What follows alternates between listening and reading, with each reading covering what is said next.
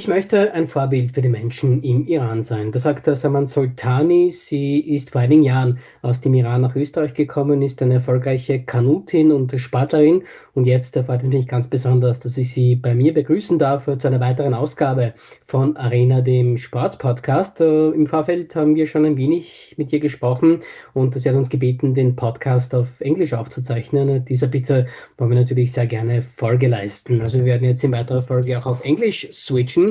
So, welcome, Miss Soltani. It's a pleasure to have you here in my podcast. Hello, everyone. Thanks for having me here. So, first of all, if someone who never heard of you before asked, who is Saman Soltani, what would you answer them in a few sentences? So, what is your story and what was the beginning like of your career? Tell us something about you as a person. Yeah, so I'm originally Iranian. I born in a sport family, and my mom and dad sent me to swimming from when I was 5 years old. And I was after swimming, I also tried artistic swimming, and I was multiple national champion in artistic swimming for more than 15 years in Iran. And that was the limit for me because of the hijab and Islamic rules. The women in Iran are not allowed to participate in any international races.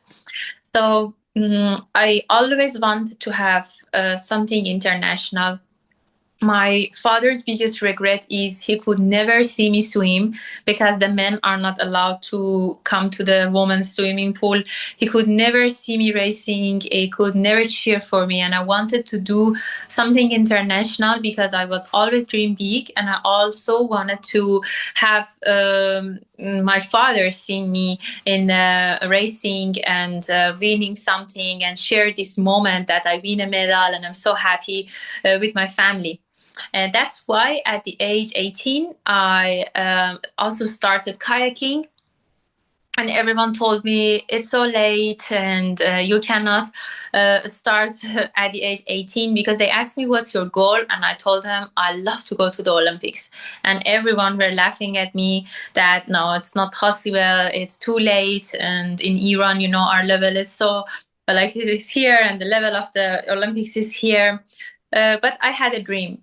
So when I started kayaking after 2 years, I was in the Iran national team. And I won many national titles in Iran. And in 2018, I won silver medal in Asian Championships. So my dream of having an international medal had come true, but I had bigger dreams. And I was telling to everyone that, okay, I really wanted to go to Olympics. And then Corona came and the races were postponed and Iran sent only the guys to the qualification. And my dream basically was destroyed. I started as a coach afterward. I had many athletes. My athletes became national champion afterward. And I was successful coach. But I had one mission beyond coaching the people. That was to tell them about the mental strength, about the be able to dream big. So therefore, I was always talking with my athletes before each session about mental strength, about being disciplined, about being independent, to be able to follow their dreams. And I asked them once to paint their role model because I always believe that finding a role model is a way to believe that something is possible. So if you see other people before did something that you wanted to do or come from a very hard background, very poor families, or born in not very, I don't know how to say, but not good countries, with a hard situation. But then they reach what they wanted. They reach their goals. So it makes it believable that it's possible. If he or she could do it, I can do it too. So I asked them to find a role model, to read about it, and to paint it. Next session that they came, more than 80% of them were painted me. And that was the time that I realized, okay, I have a bigger mission. If I can motivate people, if I can help them to reach their dreams, I have to do this. And that's why I decided to participate in an artistic swimming camp in Barcelona as a first ever Iranian. I went there individually, so I post photos of my trainings, of what I learned on my Instagram. And because of this reason, the police were asking for me, and it was a very hard moment. And I got informed that it's not safe for me to go back. And I only knew one person in whole Europe, and his name is Uwe. He's like my second father. And I called him and I asked him if I can come to you to hide. And he said, yes, take a ticket for Vienna. And that's why I arrived in Vienna. And so it's a very long story. You can read more, I think, in the internet. But I couldn't go back to my home country anymore. I had to ask for asylum. And after I overcome all this process, I started training again. It was a very, very hard time for me. I managed to become Austrian champion, and then I got accepted in the IOC team. I participated in the World Cup, and I was at the final. So I knew that I will qualify for the Olympic Games. And afterward, I participated in Paris Olympic Games, and my biggest dream had come true. So it's a very inspiring story, I would say. If some young children, young boys or girls would come to you and ask you for an advice, and they will come to you and tell you, I want to become Olympic athlete too, what would you give them for an advice? I will tell them that if you want it, you will be, for sure. And the only thing that I will tell them is try to enjoy the process, because it was many, many times in my life that I was chasing something so stressed, or sometimes too worried, or sometimes too sad. On the way to the Olympics is not easy. It's ups and downs, ups and downs. Some days you are happy, motivated. Some days you are not. These days will pass, the good ones and bad ones. But the only thing which matters is you enjoy the process. Because for me, what I learned from the previous Olympic was that I worked so hard, and I was very much in a challenging times, ups and downs, to get there. And when I get there, it was only 2 minutes, and that was over. So that was what I learned, that the Olympics is not only that event, but it's the way you pass, all the problems you solve, all the challenges you overcome, the sadness, the happiness, the pain, the victories. All of this is Olympics. So I try now to enjoy more the process. It's a good point, because people only, when they are watching you, especially on TV, they only see the results. But what part of your journey do people usually not see? I think the challenges, because normally if you see me, I'm always smiling, I'm always happy, even that maybe I'm not so happy inside. And also on my social media, I try to motivate people and give them positive energy. So what I don't talk about that much is problems and the challenges I go through. And I can tell you that I have many, many, many challenges every day, even right now. And I think, so I had many, many challenges. You told in an interview, or in some interviews, that you want to be a role model for the people in Iran. Maybe you can explain it a little bit more in detail. Yeah. So because it was limited for me to improve and reach my dreams in Iran, my life changed, and now I'm an Austrian, and my life changed surprisingly that I even couldn't think about it. But I had a dream from when I was a child, and that was going to the Olympics. What didn't change was my dream and my willing to be an Olympian and see myself there. So I wanted to be a role model, because I want to tell people that everything is possible. I want to tell them, doesn't matter where you come from, what religion you believe in, what skin color you have, what language you speak, which gender you have. You deserve to live your dream. You deserve to reach what you wanted, and you deserve to live in peace and freedom. So I want to be a role model, not only for Iranian, but also for all the people that face challenges in their life. If you could go back to your younger self and give him one or some advices, what would it be? I think the same. Enjoy more the process and trust the process. Was there any moments in your career that changed you, not only as a sports person, but also as a person? I think I'm changing every day because I'm learning every day. And as long as I learn, I improve, and that's beautiful. So, of course, I'm changing every day. Is there any specific point? What would you say? Did sports taught you something about life too? Sure. I think practice makes you perfect. Um, you have to keep going on the days that you don't want to. And, people ask me if I'm always motivated. And I always tell them that no, maybe even like more percent not motivated than the days that I am. But the thing is, sport taught me that I should push hard till the end, and you never know what will happen until you do it.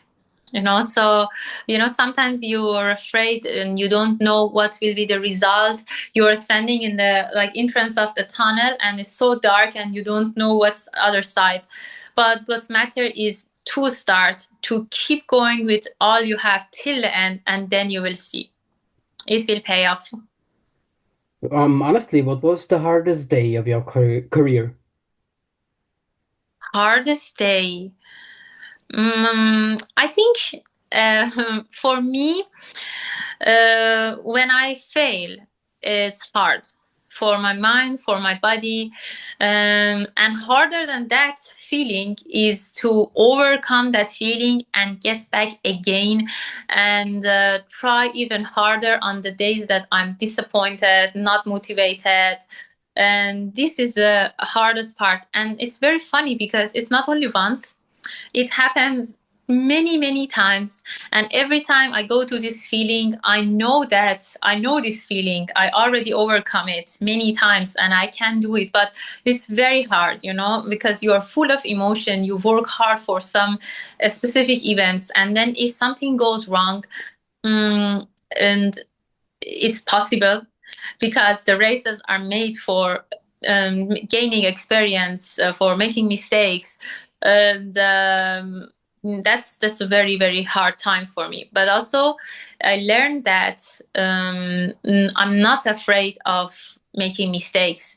Now I'm afraid of quitting, or I'm afraid of not showing up. I'm afraid of not moving forward. That's like a scary, not failing and making mistakes.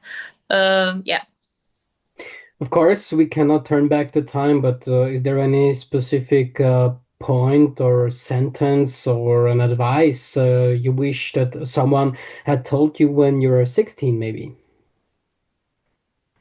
When I was 16, I think again I come back to this sentence that enjoy more, because I even couldn't understand it right now as much as I will understand it maybe next 10 years.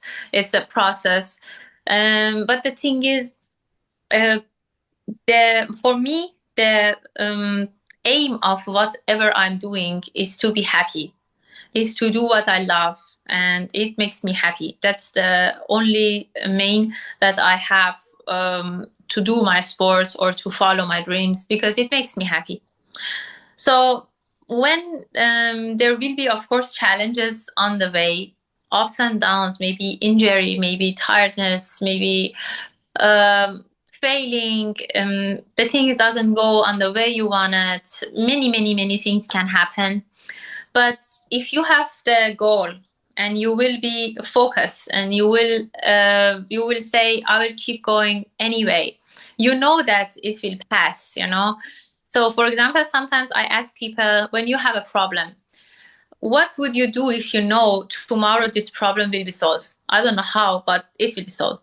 Then I see in their face that they will be more relaxed. You know, I say, okay, so if it's solved, I do this. So I wanted to tell the same to me, because sometimes I'm too stressed of the things that happen. And how would we react if we know maybe in 1 year these problems doesn't exist anymore? So you will be more happy and you will keep going, right? You say it will pass. But when you are inside of the challenges, you don't think that it will pass. You always ask how and when. But I think if you try to know that you will get there, it will pass and you will overcome it anyway, as you did many times before, and try to enjoy more every moment. This is something that I wish someone told me before. And also, even right now, I'm in a hard moment. I try to again remember everything I'm saying to you, and to be able to be more happy and just keep going.